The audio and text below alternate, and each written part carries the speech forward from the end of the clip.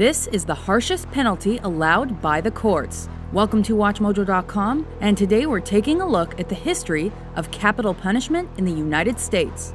The idea of killing as a form of retribution for one's crimes dates back centuries, but was imported to America by British settlers during the colonial era. It officially began early in the 17th century when crimes like stealing vegetables, trading with Indians, or rejecting the idea of one god were considered capital crimes at one point. Hanging was the preferred method of execution. However, more horrific means like burning, beating, and breaking on a wheel were also used, though infrequently. Movements against capital punishment began early and were supported by important figures of the day. In 1777, founding father Thomas Jefferson unsuccessfully tried to amend Virginia laws regarding the death penalty to make only murder and treason capital crimes. However, in 1790, the U.S. Bill of Rights and its Eighth Amendment saw that no cruel or unusual punishment would be inflicted on United States citizens. When the abolition movement gained steam in the early 19th century, states began performing executions in prisons as opposed to publicly, as was once the custom. However, the United States' last public execution was in 1936. In 1846, Michigan became the first state to eliminate the death penalty for all crimes except treason. Other states soon did the same. In the early 1860s, the Civil War derailed abolitionists. But once the war ended, technological advancements eased its use. For example, the electric chair was first used to carry out a death sentence in 1890. This method was considered more humane than hanging and was quickly adopted by New York and a few other states.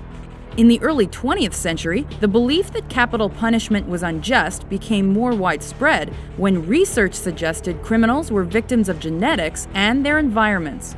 Some states then eliminated it entirely, while others restricted its use to a few uncommon crimes. However, this revolution was brief. By 1920, most states had re-established the death penalty due to World War I and the threat of a socialist revolution. 1924 saw the application of the gas chamber as a supposedly more humane option for capital punishment, and this caused a revival in the use of the death penalty as a deterrent. In fact, during Prohibition and the Great Depression of the 1930s, the United States saw its widest use of capital punishment, with an average of almost 170 killed each year. Public opinion shifted against capital punishment again in the 1950s, and in 1966 it dropped to a record low. During that decade, reinterpretations of the Constitution suggested the death penalty was, in fact, cruel and unusual punishment and should be considered unconstitutional. This subject was addressed in the Furman v. Georgia case of 1972. On June 29 that year, the Supreme Court ruled that consistency was necessary when applying the death penalty, and that existing state laws regarding execution were unconstitutional. This effectively put the death penalty on hold in the United States and saw the sentences for all inmates on death row commuted to life in prison.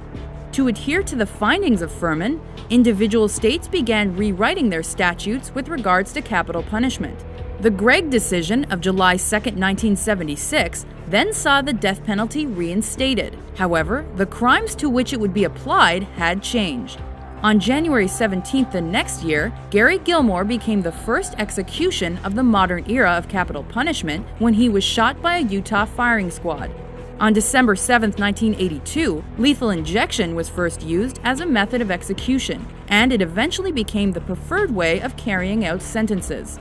Support for capital punishment in the United States peaked at 80% in 1994 and has declined ever since. The debate was renewed in 2011 when a firestorm ignited following the execution of convicted murderer Troy Davis, as many believed he was innocent.